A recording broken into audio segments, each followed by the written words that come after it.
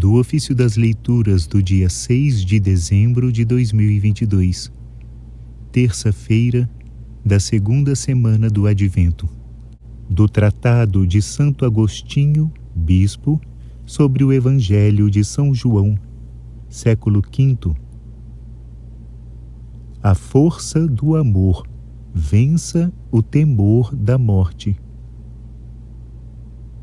O Senhor pergunta, não uma, mas 2 e 3 vezes o que já sabia, se Pedro o amava.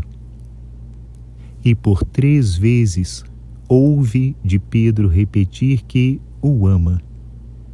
E por 3 vezes faz a Pedro a mesma recomendação de apacentar as suas ovelhas. A tríplice negação corresponde à tríplice confissão. Para que a língua não sirva menos ao amor que ao temor, e não pareça que a iminência da morte o obrigou a falar mais do que a presença da vida. Seja serviço de amor apacentar o rebanho do Senhor, como foi sinal de temor negar o pastor. Os que apacentam as ovelhas de Cristo, como se fossem suas e não de Cristo, mostram que não amam a Cristo, mas a si mesmos. Contra esses, que também o apóstolo censura, dizendo que procuram os próprios interesses e não os de Cristo, estas palavras que o Senhor repete insistentemente são uma séria advertência. Amas-me, apacenta as minhas ovelhas. Quer dizer, se me amas, não penses em apacentar-te a ti mesmo, mas sim as minhas ovelhas. Apacenta-as como minhas, não como tuas. Procura nelas a minha glória e não a tua, a minha propriedade e não a tua, os meus interesses e não os teus.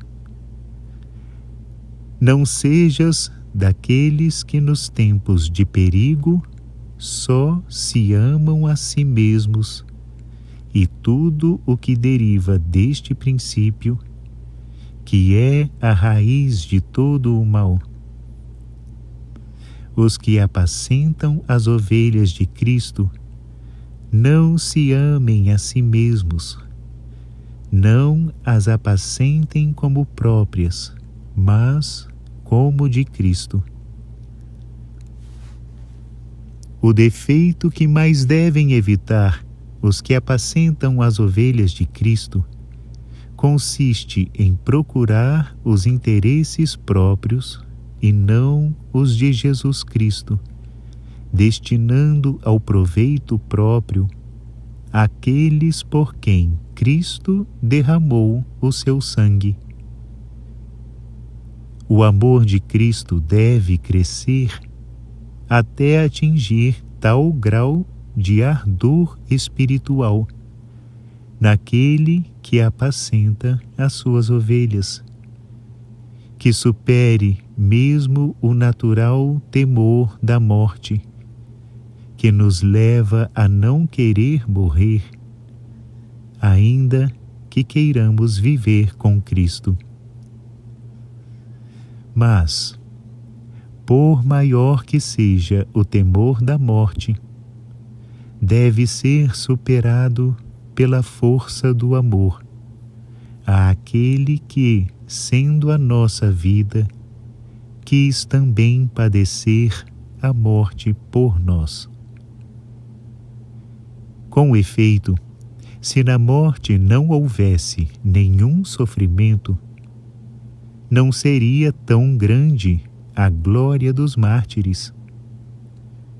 Mas, se o bom pastor, que deu a vida pelas suas ovelhas, suscitou tantos mártires entre as suas ovelhas, quanto mais devem lutar pela verdade até a morte e até o sangue contra o pecado, aqueles a quem o Senhor confiou a missão de apacentar as suas ovelhas, isto é, de as instruir e orientar,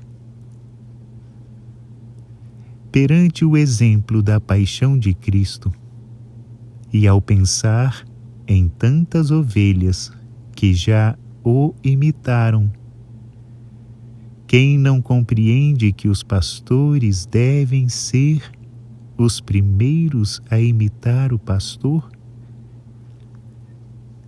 Na verdade, os mesmos pastores são também ovelhas do único rebanho, governado pelo único pastor. De todos nós ele fez suas ovelhas.